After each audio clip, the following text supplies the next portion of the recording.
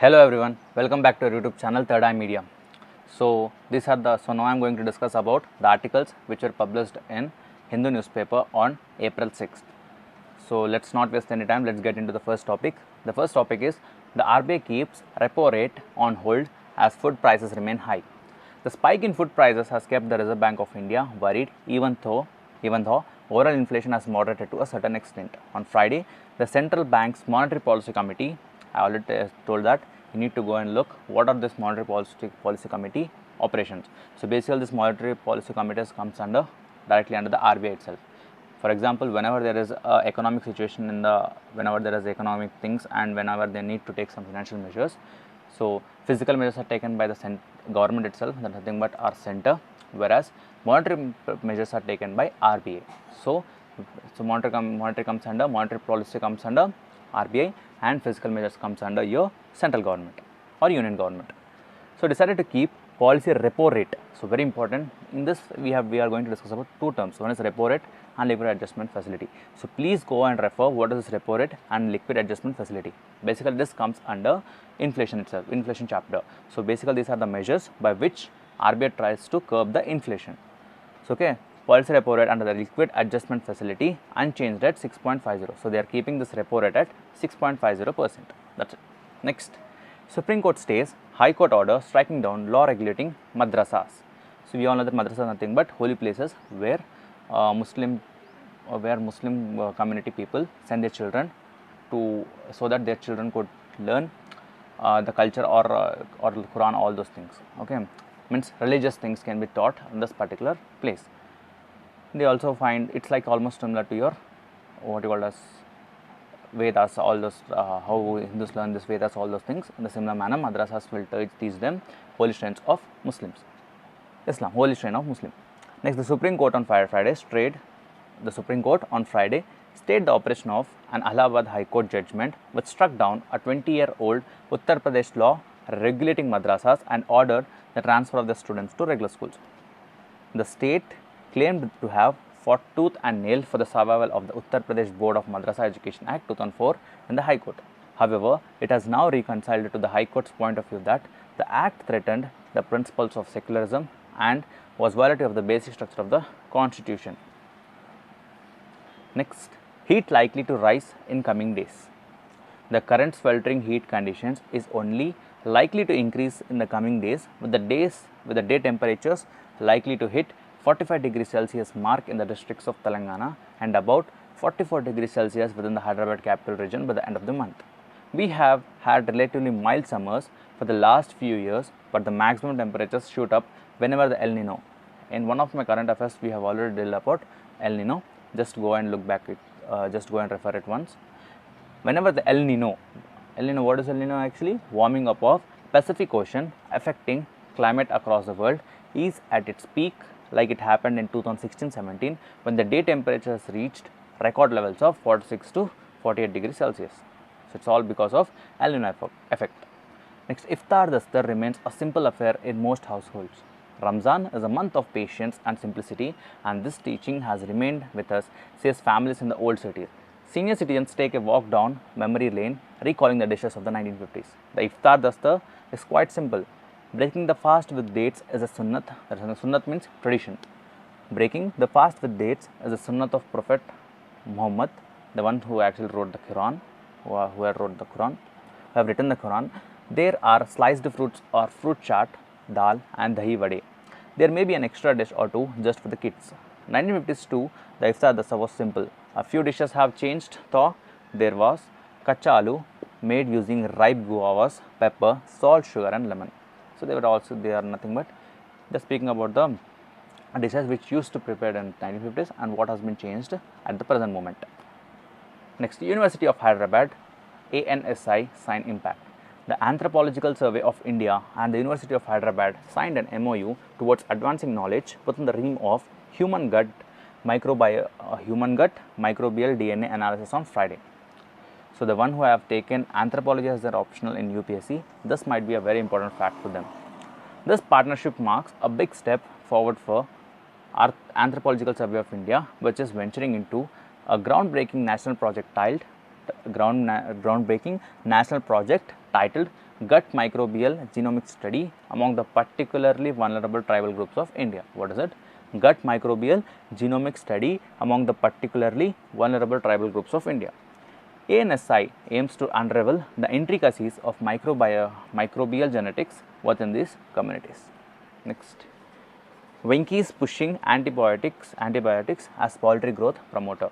We all know that some of the drugs are actually given to this poultry, chicken or poultry products, so that they can grow properly and for other reasons. So let's get into that. Poultry producer Venky's is marketing antibiotics to be used by farmers in ways that contribute to the speed of drug-resistant infections, according to the Bureau of Investigative Journalism.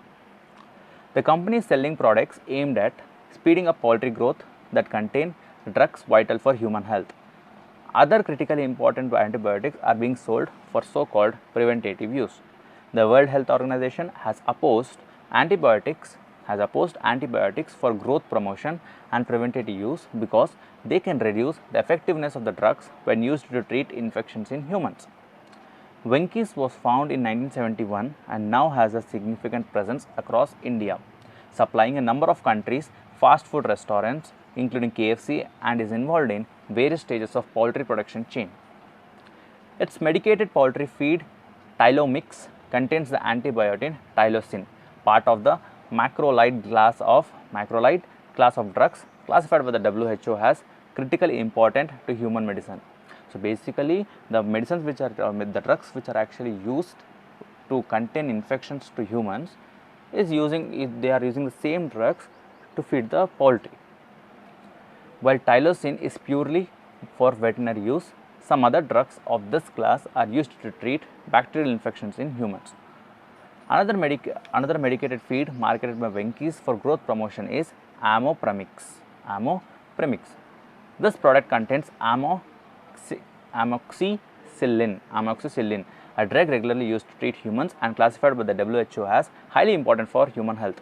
A product called Vendox, containing the critically important antibiotic neomycin, is started to prevent early chick mortality, which is an example of preventative use.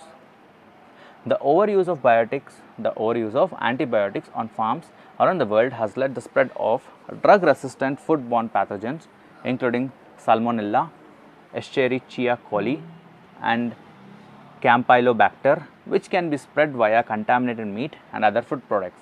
A landmark study of the global impact of antimicrobial resistance estimated it caused at least 1.27 million deaths in 2019, which is more than those due to HIV/AIDS or malaria. So, due to the usage of such type of drugs, our humans are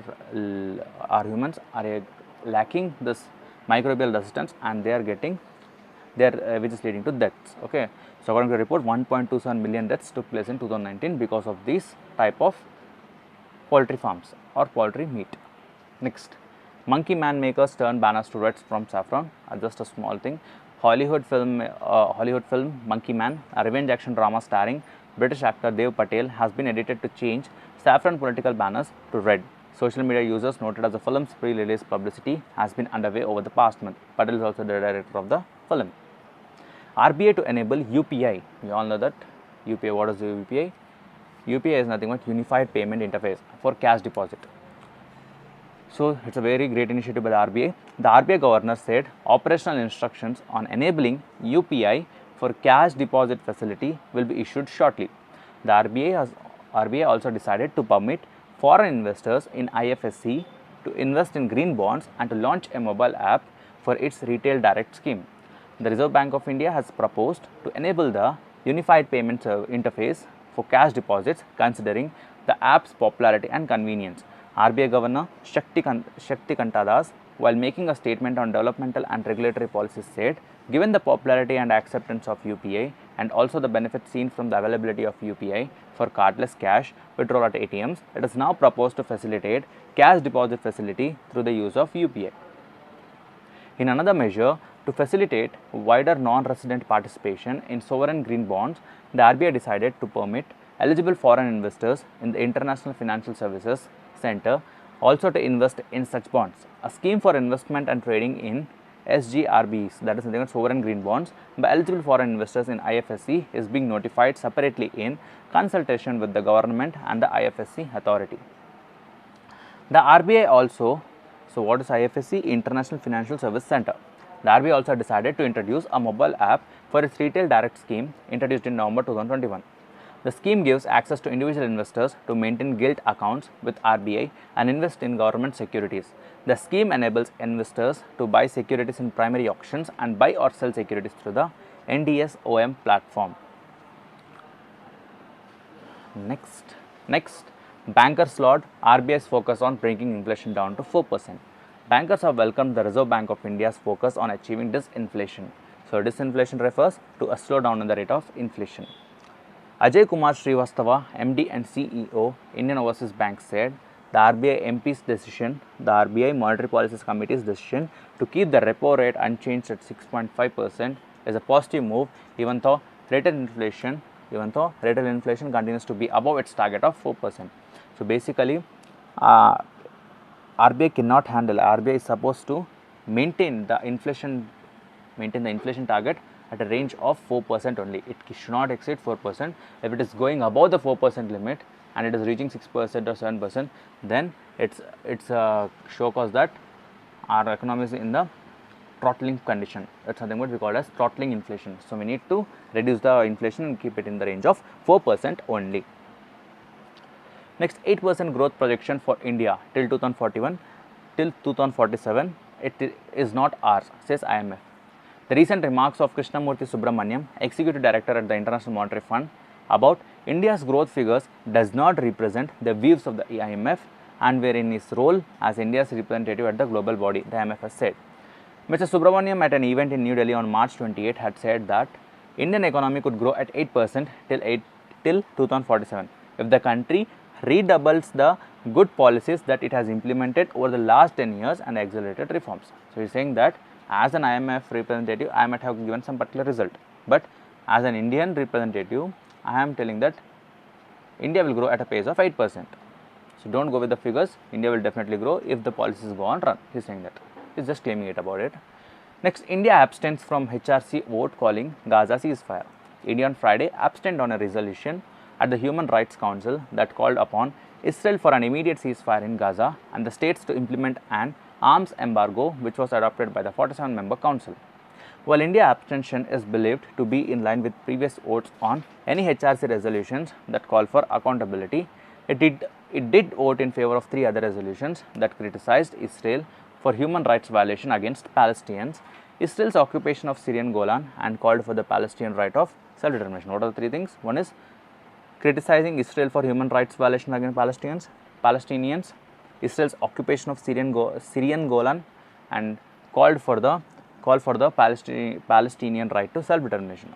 In these 3 resolutions, India has voted its thing. India has definitely voted. Next, the US, Germany and 4 other countries voted against the resolution titled Human Rights Situation in the Occupied Palestinian Territory, including East Jerusalem and the obligation to ensure accountability and justice, and India joined France and Japan among 13 countries that abstained. Abstain means these particular countries have not yet voted on it. They have not given their vote. However, a significant majority, 28 members, including Bangladesh, China, Maldives, the UAE, Indonesia, Brazil, and South Africa, voted in favor. India voted in favor of 3 other resolutions that were also adopted with large majorities on right of the Palestinian people to self-determination, human rights in the occupied Syrian Golan, and Israeli settlements in the occupied Palestinian territory, including East Jerusalem and in the occupied Syrian Golan. Next, stop selling or shipping arms to Israel. United Nations Human Rights Commission tells nations. The rights body also called on UN-backed independent investigators to report on shipments of weapons, ammunition, and dual-use items that could be used by Israel against Palestinians. The UN Stop Human Rights Body called on countries to stop selling or shipping weapons to Israel in a resolution passed on Friday that aims to help prevent rights violations against Palestinians amid Israel's blistering military campaign in Gaza. The 47-member country Human Rights Council voted 28-6 in favor of the resolution with 13 abstentions. Western countries were divided. The US and Germany opposed the resolution. France and Japan abstained, while Belgium, Finland, and Luxembourg voted in. Next, India continues to lead the charts in positive dope cases. According to the recently released 2022 statistics by the World Anti-Doping Agency, out of 3,865 samples handled by National Anti-Doping Agency, 125, that is 3.2%, tested positive, the most in any country. So that's all. These were the articles which were published on April 6th. So thank you. Please don't forget to like, share and subscribe our channel, and pass this particular information to those who are actually in need of this particular information, and keep watching. Thank you.